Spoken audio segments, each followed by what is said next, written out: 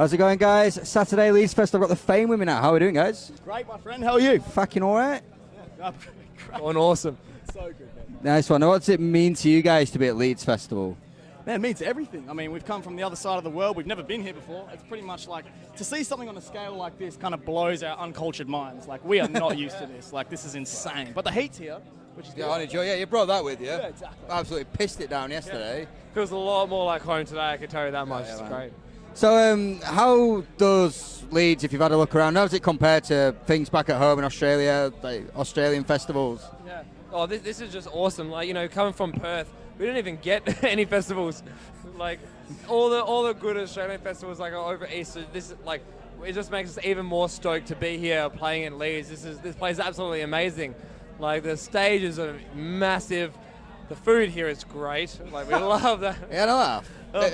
On the festival side? Oh, yeah. What the fuck? It's great. What have we been eating? Well, we have very low expectations for food. We haven't been here yet, so... Well, then. Oh, mate. We're never fussy with whatever we're eating. And, of course, you know, the music and all the artists here are just phenomenal. It's great. So, you've got a fairly large tour coming up and currently mooching about. Is there any pressure on you guys to kind of deliver on these dates? There's never really any pressure. I mean, because what we do is we act natural. You know, we're ourselves, and if people want to accept that, they can. And what we do is just give everything we have every single time. If it's shit, it's shit. If it's good, it's good. We can do a thing. If you're answering, you can hold the mic. Yeah, good idea. So you don't hold it in my face. Yeah. We're trying our best. I mean, we're working out a good system here. It's going well. Yeah. So far. Nailing it.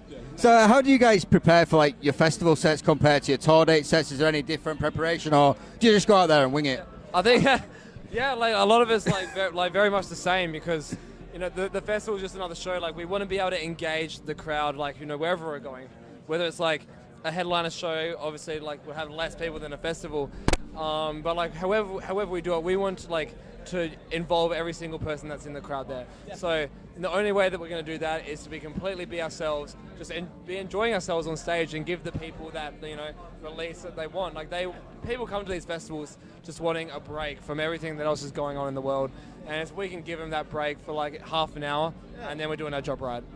Brilliant. So you've already mentioned there's hardly any music festivals in Australia. What's the Australian music scene like as a whole? Well, I mean, it's definitely there. It's growing, and it's definitely better than what it used to be, especially when we started. And us being from Perth as well, the music scene's quite hard to, you know, kind of expand in because we're from one of the most isolated cities in the world, and we use social media as a big way to kind of get ourselves out there. But the biggest thing, man, was that we always just stuck to ourselves. We stuck to our roots. We stuck to what music we liked, and we used our own influences and kind of found our own identity that way. Brilliant. So again, going back to the pressure thing, you guys are quite hotly tipped at the moment, to like over here and back home. Any pressure on that as well, or again just going with what you've got? Yeah, I think we sort of just got what we got. Like, I don't feel too much pressure. It's like, you know, when we go out to play, that's all I wait for. So during the day, I'm just waiting to get on stage. And like, the rest of the boys are the same. It's like we're itching to get there, so there's no pressure once we're there because it's where we want to be. Exactly. So what would you say is the best and worst thing about the festival? I don't know if you had much of a look around at the minute, but... I think the worst thing yesterday, we haven't really witnessed a wet festival, but it started raining yesterday when we were packing all our gear. And, you know, us being from Oz, and it doesn't rain that much.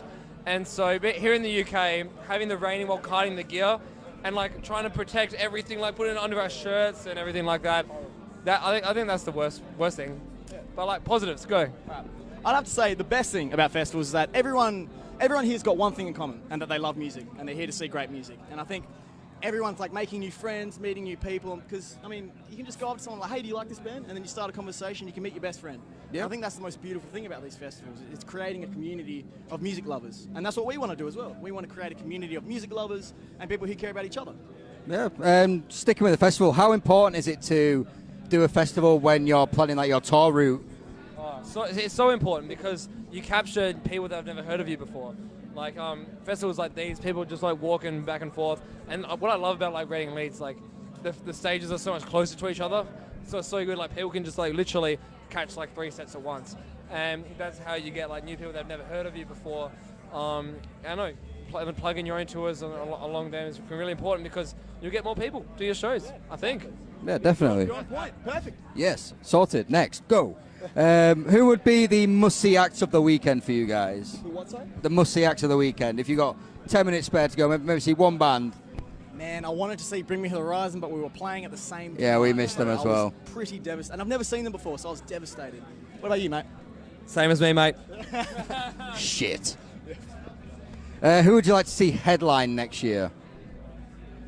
Ooh. All right. I mean, it's kind of a hard decision because I like a lot of different bands, but I would love to see Don Brocco. That's what I've been saying all weekend. Mate, I think they're at that level. Every time. Like, well, I should have answered first, and now it's making it look like I'm just copying your answer. He is. I think they'll be there soon. And festivals are kind of frowned upon by people that maybe haven't attended them before. They get a lot of bad press. What would be like your festival survival tips, and how would you kind of encourage people to come to a festival that haven't been before? Well, survival tips: stay hydrated. Well, number one, I've drunk like 5 bottles of water today, and I haven't drunk enough. But like definitely, like getting people to festivals, it's just the whole vibe is like absolutely insane. Like you can just like randomly bump into someone and then spark a conversation about them, and then you got like all this music in common.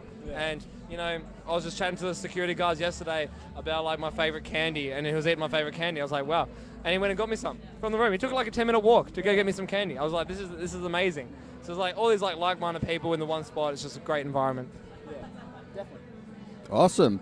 Well, I won't take up much more of your time. I'll let you go and go catch some more bands. Have you got any final messages for anyone watching back at home? Well, if anyone's watching at home, thank you for supporting us. I mean, we have so much support from all around the entire world, and we couldn't be more thankful for it. So hopefully you enjoyed this interview, and we'll see you guys again soon. Thank you very much, guys. Thank you. You're more than welcome.